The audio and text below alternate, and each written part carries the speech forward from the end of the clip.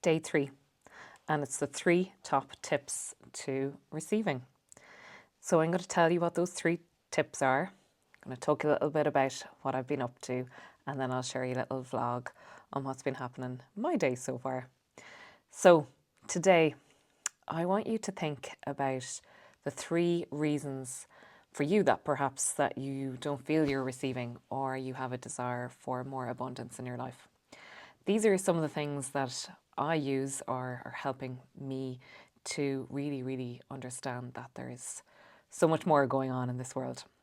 So the first one is that realize that there is something greater at play in this universe, regardless of your belief, whether you're an atheist, whether you are Christian, Catholic, Muslim, Islam, whatever it is.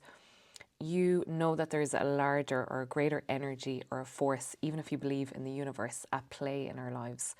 So when we know that there's something greater than us, we know that we can allow surrender to it, ask for its help, ask for its support, but also know that sometimes, there is something else at play in our energies.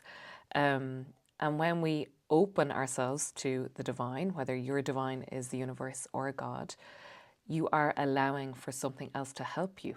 That you're not in this journey alone, that it isn't down to you to create everything. I think there's a fundamental belief in this world, in the Western world in particular, that if you work hard, if you work really, really hard, that you'll get something. And mostly that is true. But there are times where no matter what we do, that things aren't going in our way. And we often wonder what is stopping us. And sometimes the energies come from something bigger than us, something way bigger than us. So realizing that you're not alone in this world and that there is something helping you and supporting you. And that is regardless of your belief, and surrendering sometimes to that and asking its help. You're allowed to ask for help. I think so many times we feel it's all on us. It's all on us to provide, all on us to create, when we know there's a field energy around us, and it's a really abundant energy. There is power in surrendering and asking for help. That's number 1. Number 2, and it's how I started my year, it's practicing gratitude.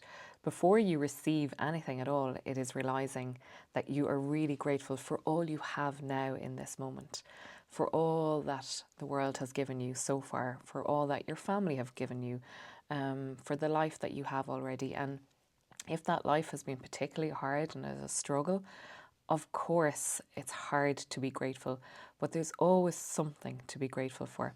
Right now, I'm really grateful that I've made a lovely, delicious, warm cup of supportive tea on a day that's quite cold where I am right now, and it's been raining. So just really gratitude for the little things if you can't do the big things, but really, really feeling into what you already have, as opposed to often case we can live in that place of lack. I don't have enough money to buy this. I don't have enough to do this. And I have definitely fallen under that trap as well, especially no longer having a guaranteed salary, that I have to really, really work hard on what I have right now is more than enough. And I'm really grateful for what I have right now. That is definitely my work. It doesn't always come naturally.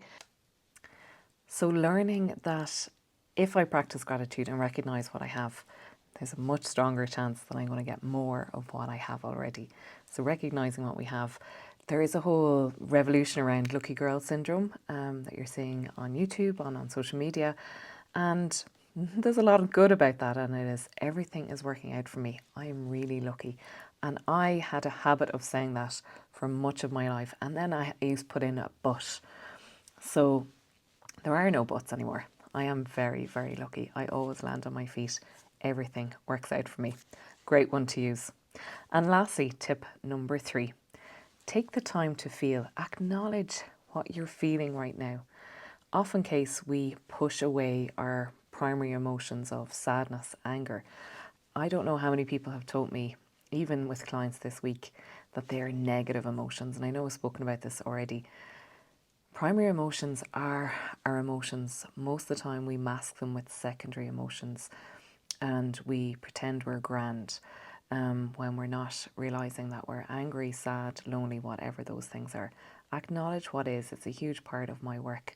Once you acknowledge it, feel it, have your cry, punch a pillow, whatever the emotion is that needs to be released. Shake. You see a dog, you see a cat moving when they have anger, whatever they have. And then what do you want more of? So if you want to receive more calm, more peace in your life, start practicing and making time to feel calm. Take a breath. If your life is surrounded with chaos, are you pausing to take a breath? Are you allowing your body to feel what calm would feel like? So I spoke a little bit about that as well yesterday, receiving what you want to feel. Also, yeah, the breath practice in general is just a brilliant way of receiving, because we are breathing all the time subconsciously. Our bodies don't stop breathing until our final breath. So for you to allow more spaciousness and allow for more of that, especially for those of you who are looking for more calm. For those of you who are looking for connection, perhaps it's loneliness, how would you start to have connection, whether it's talking to somebody at the bus, talking to somebody in the shop, making time for what you want more of. If your feelings originally are loneliness, acknowledging that you feel lonely and then saying you want more connection, and then going and allowing yourself to feel connection, walk on the grass, feel your connection to that greater force I spoke about in tip 3. That's me for the day. Stay tuned. I've been having an absolute great day. Today is my niece's confirmation, my middle niece. And I've got a little blog on what I've been up to. This has been a little pause in the day before we go back and celebrate her special day. So thank you for tuning in on day 3 and the 3 top tips to learn to receive life with a bit more abundance. Take care. See you tomorrow.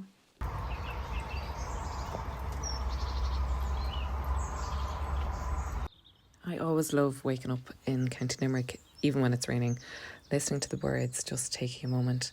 This morning my car was off to the garage because my boot has been broken, and I feel that's been very symbolic in my inability to receive in through my boot, or his trunk, as the Americans would say.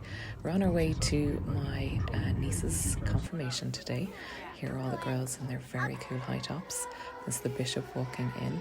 It's our second sacrament in the family in the last 2 weeks.